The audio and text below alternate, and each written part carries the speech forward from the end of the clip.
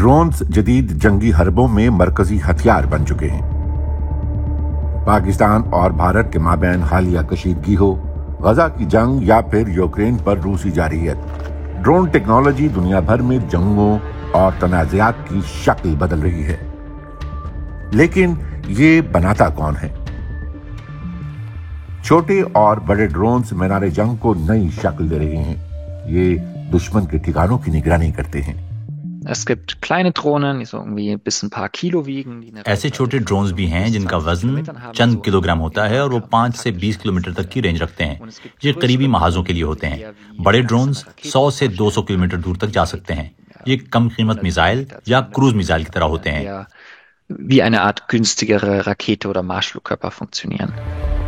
दुनिया भर में हुकूमतें दिफाई अखराजात में इजाफा कर रही हैं। नेटो रुकन ममालिक ने हर साल अपने जीडीपी का 5% दिफा पर खर्च करने पर इत्तेफाक किया है। जर्मनी ने अरबों यूरोस की सरमायाकारी का वादा किया है। अमेरिका अब भी सबसे आगे है। वहां दिफा के शोबे में गुज़िश्ता साल 997 अरब डॉलर खर्च किए गए। इसके बाद हैं चीन और रूस। जर्मनी ने 88.5 अरब डॉलर खर्च किए, भारत से कुछ ज्यादा। ड्रोन्स के बड़े प्रोड्यूसर्स कौन हैं? जी हां, यूरोप नहीं है। यूरोप में सिर्फ चंद कंपनियां बड़े पैमाने पर ड्रोन बनाती हैं, जैसा पोलैंड की WB ग्रुप का वॉरमेट सिस्टम।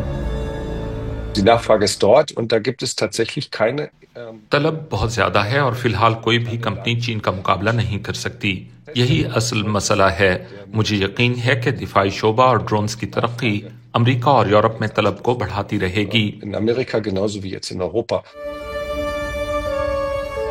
जर्मनी यूक्रेन की मदद के लिए टैक्स की आमदनी इस्तेमाल कर रहा है, जिसमें यूक्रेन के अंदर ड्रोन्स की पैदावार की माली मावनत भी शामिल है।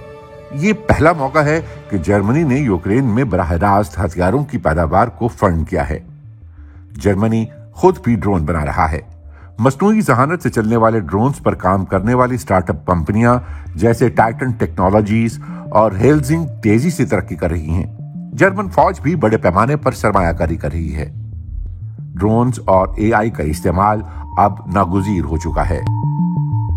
Großer Vorteil ist, je mehr diese Entscheidungen und tatsächlichen Manöver. बड़ा फायदा यह है कि मसनूई ज़हानत से चलने वाले निज़ाम के जरिए ड्रोन ज्यादा कारआमद हो जाएंगे और इन ड्रोन्स को बड़े पैमाने पर तैनात करना आसान हो जाएगा, क्योंकि पायलट्स की तरबियत पर वक्त खर्च करने की जरूरत नहीं पड़ेगी। Verwendet werden, weil weniger Zeit in die Ausbildung von Piloten fließen muss. लेकिन यूरोपीय सनत अभी इब्तदाई मराहिल में है। अमेरिका के पास सबसे ज्यादा फौजी ड्रोन्स हैं। इसके बाद तुर्की, पोलैंड और रूस हैं। जर्मनी तेजी से आगे बढ़ रहा है। एशिया में चीन भारी सरमायाकारी कर रहा है, लेकिन यूरोप दीगर ममालिक पर इन्हिसार नहीं करना चाहता, बिलखसूस चीनी सॉफ्टवेयर्स और जासूसी के खतरात की वजह से।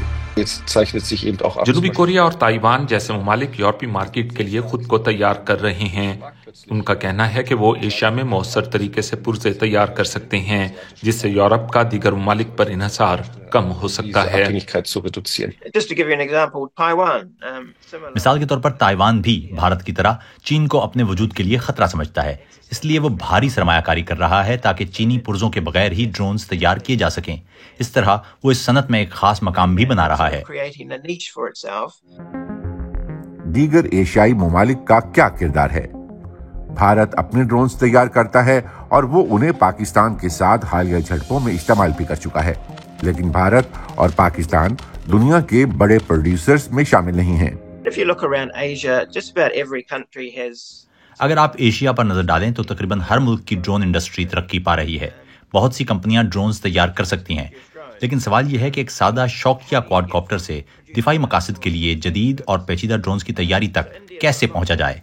भारत में बहुत सी कंपनियां हैं, लेकिन वो अभी तक जदीद मरहलों तक नहीं पहुंच सकी हैं।